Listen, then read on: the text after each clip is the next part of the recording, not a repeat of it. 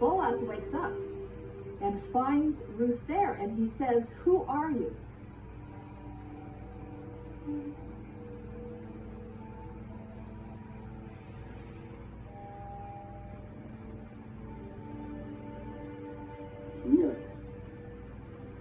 אני רות.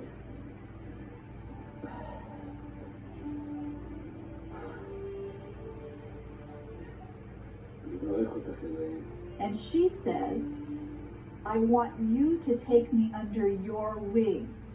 And the same word that he had prayed, that God would bless her and keep her under God's wing, she now gives him a concrete way for God to do that. It would be for Boaz to take her under his wing and to become the kinsman redeemer of Naomi's family.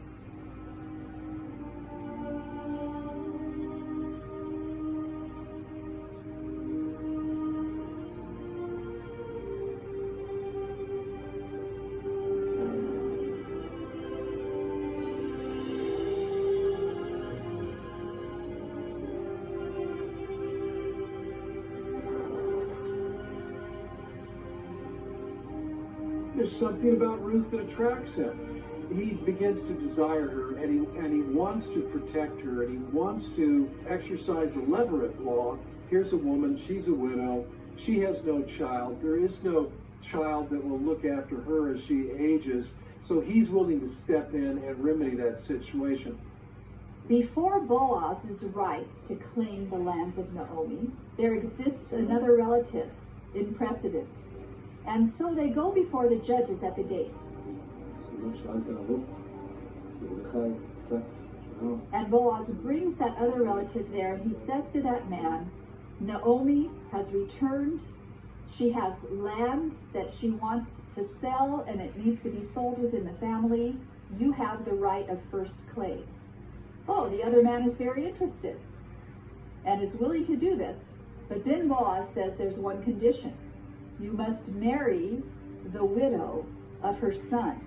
You must marry the Moabite woman Ruth in order to purchase the land, so that descendants may be raised to his name. אם אתה יכול לעזור לרות ונעמי, אם תגאל גאל, ואם לא יגאל, אמור לי, וידע. רות והשדות, אבל הילד יהיה של מחלון. כן. לא אוכל לגאול, ונשחית את נחלתי.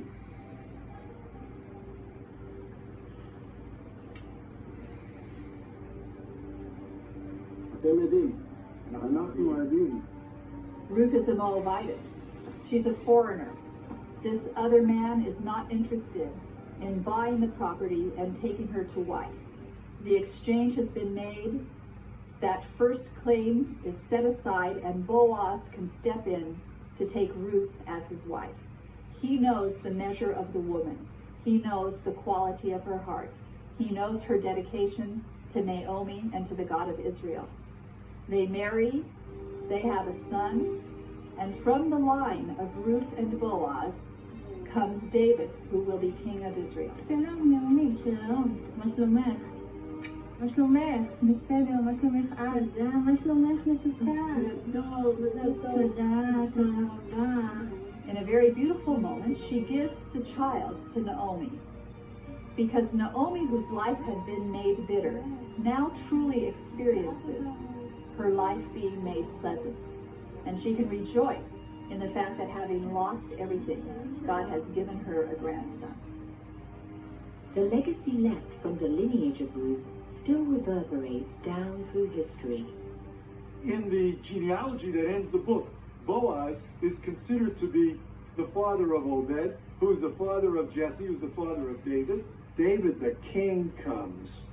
Israel is brought together as a kingdom. That's great, but even greater is what comes from David, and that's the Messiah himself. So this story is just this beautiful little 4-chapter romance novel, almost, ends up historically and theologically becoming an extremely important story in the whole story of God's saving work in Israel and the redemptive work of the Messiah himself.